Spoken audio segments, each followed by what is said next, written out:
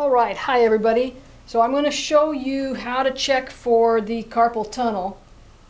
This is the area that has the most pain with carpal tunnel. Sometimes if it's true carpal tunnel, there'll be pressure of this tendon in this area putting pressure on a nerve. That nerve comes down into this middle finger, so you'll get the most tingling and weird feelings in this little finger.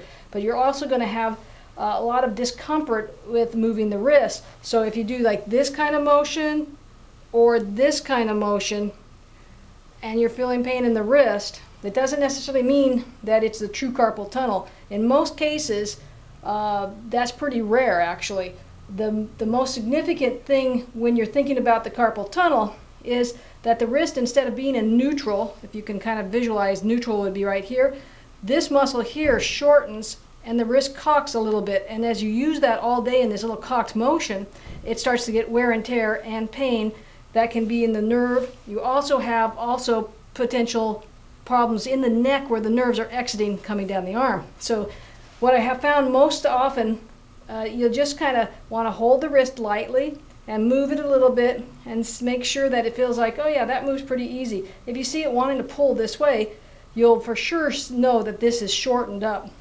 So what I do is I just move the shoulder or move the wrist around a little bit, making sure that it feels pretty free.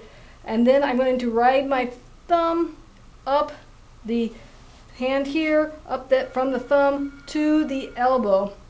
I'm going to ride my thumb right up in that area. And it can be slightly pressurized because you want to say, if there's soreness in there, you got a problem there. So if there is soreness there, we want to work that out. And so what we're going to do is we're just going to kind of massage it, put a little pressure in there, not so much pressure that someone's screaming in pain, but enough that you can, for at least 3-4 seconds, try to decompress those really tender points. And it starts to get some extra circulation in here and go right above this elbow too into this point, but most of it you're going to find is right here.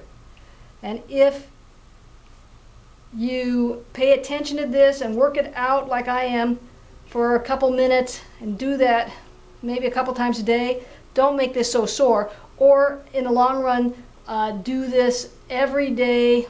Usually within a couple weeks, you'll be able to put ease back into this muscle. The wrist will free up quite a bit, and then the pain should decrease. If it's a neck issue, we can deal with that if we find that out. So that's the idea. You can use also a little lotion so that your finger kind of glides up easier if there's a dryness of the skin. But that's the most effective, powerful thing to create a change with these carpal tunnels. So I hope that explains it better, and I hope it helps you. And I'll keep in touch. Thanks. Bye-bye.